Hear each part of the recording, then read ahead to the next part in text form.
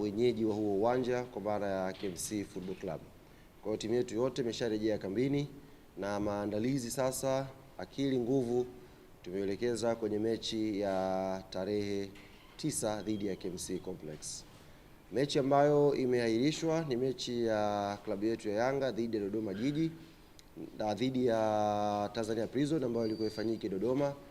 Nafahamu tayari matawi mbalimbali ya klabu yetu Young Africans yalikuwa ameshafanya maandalizi ya safari ya kuelekea Dodoma kwa ajili ya mchezo huo. Kwa hiyo ni wape pole kwa wote ambao mlifanya hayo maandalizi, na mechi hii imeahirishwa kutokana na sababu ambazo ziko nje ya uwezo wetu, na sasa tusubiri bodi ya ligi kutugia mwongozo ni lini tena ratiba hii itakwenda kupangwa, tuanze safari ya kuelekea Dodoma kama bado Prison watakuwa wanatumia uwanja wa Jamhuri.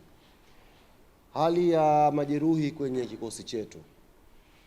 Mara ya mwisho tunazungumza, tuliwapa taarifa ya mchezaji Clement Mzize ambaye kimsingi ndio mchezaji pekee mwenye majeraha kwenye kikosi ambacho tuko nacho msimu huu kwa ambao tumewasajili.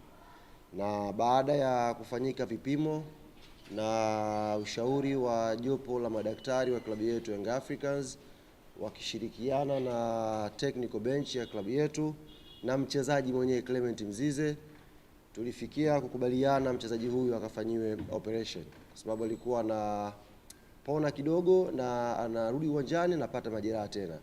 Kwa hiyo baada ya kufanyika vipimo vya kina, tulikubaliana mchezaji Clement Mzize akafanyiwe operation ya sehemu ya goti, na hivi ninavyozungumza na nyie operation hii tayari imefanyika na mchezaji Clement Mzize alhamdulillah anaendelea vizuri baada ya operation hiyo.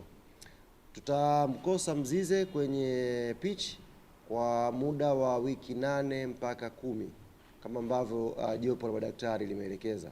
Kwa hiyo nipende kuwatangazia ndugu zangu waandishi wa habari, mashabiki na wanachama wa klabu yetu Young Africans, mchezaji Clement Mzize atakuwa nje ya uwanja kwa kipindi cha wiki 8 mpaka 10, huku madokta wakiendelea kukagua kwa karibu hali yake ya kiafya mpaka hapo ambako ataimarika na kurudi uwanjani.